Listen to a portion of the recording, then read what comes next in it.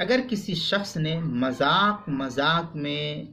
نکاح کے ایجاب اور قبول کو گواہوں کی موجودگی میں کر لیا تو مذاق میں ایجاب و قبول لڑکے کا اور لڑکی کا کر دینا گواہوں کی موجودگی میں شرعی حکم کیا رکھتا ہے؟ چنانچہ اس سلسلے میں یہ جاننا چاہیے کہ اگر زوجین نے، میاں بیوی نے مذاق میں گواہوں کے سامنے آپس میں بات چیت چل رہی تھی، کئی سارے لوگ دوست احباب بیٹھے ہوئے تھے، اور مذاق میں گواہوں کے سامنے لڑکی نے کہا کہ میں ایجاب کرتی ہوں اور لڑکے نے کہا کہ میں قبول کرتا ہوں، لہذا گواہ موجود تھے تو بھی اس نکاح کے انعقاد کا حکم فقہا نے نقل کیا ہے۔ لہذا مذاق میں اگر کسی نے اس طریقے سے نکاح کر لیا تو یہ نکاح منعقد ہو جائے گا، اس لیے کہ نکاح میں مذاق اور سنجیدگی کا حکم فقہا نے یکساں لکھا ہے، اس لیے اس میں جو حکم ہے وہ اسی طریقے سے ہے کہ یہ نکاح منعقد ہو جائے گا۔ سنن الترمذی میں ایک روایت حضرت ابو ہریرہ رضی اللہ تعالیٰ عنہ کہ اللہ کے رسول صلی اللہ علیہ وسلم نے فرمایا، ثلاث جدہن جد ہزلہن جد النکاح والطاق والرجع، یہ حکم نقل کیا ہے۔ سنن الترمذی ابواب الطلاق باب ما جاء فی الجد والہزل فی الطلاق، پہلی جلد صفحہ 225، حدیث نمبر 1184۔ ابو داؤد کے اندر بھی یہ روایت پہلی جلد 298 صفحہ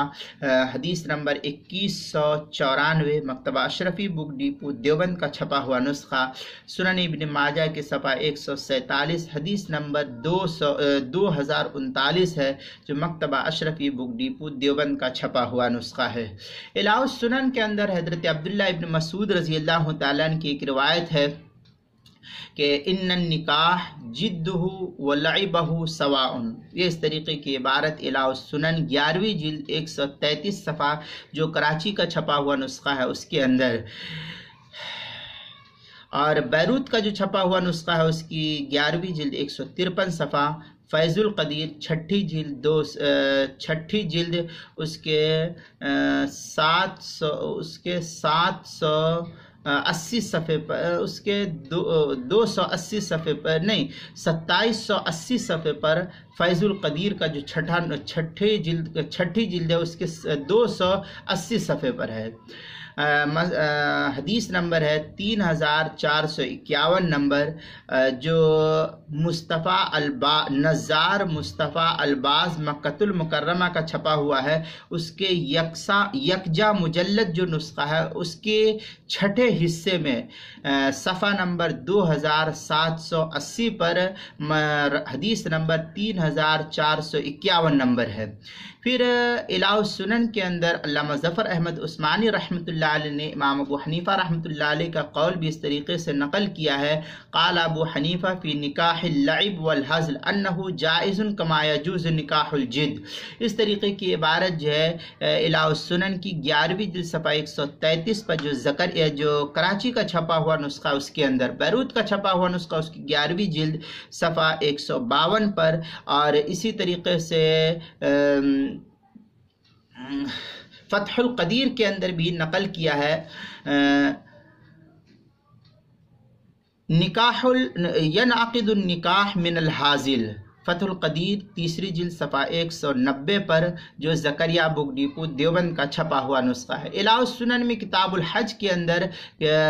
287 صفحے پر بھی اس کو نقل کیا ہے۔ کتاب المسائل کے اندر چوتھی جلد صفحہ 97 پر ہے۔ پھر آگے مفتی سلمان صاحب منصور پوری دامت برکاتہم ایک نوٹ کی شکل میں نیچے لکھتے ہیں کہ اس طرح اگر کسی ڈرامے وغیرہ میں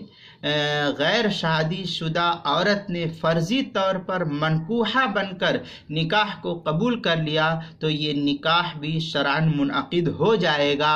جبکہ کوئی اور مانع موجود نہ ہو، یعنی اس عورت کا پہلے سے نکاح نہ ہوا ہو تب، یا اور بھی کوئی صورت ایسی نہ ہو تو اس طریقے سے بھی اس کا نکاح منعقد ہو جائے گا۔ یہ تفصیل جو ہے مفتی سلمان صاحب نے نوٹ کی شکل میں نقل کیا ہے کہ کتاب المسائل کے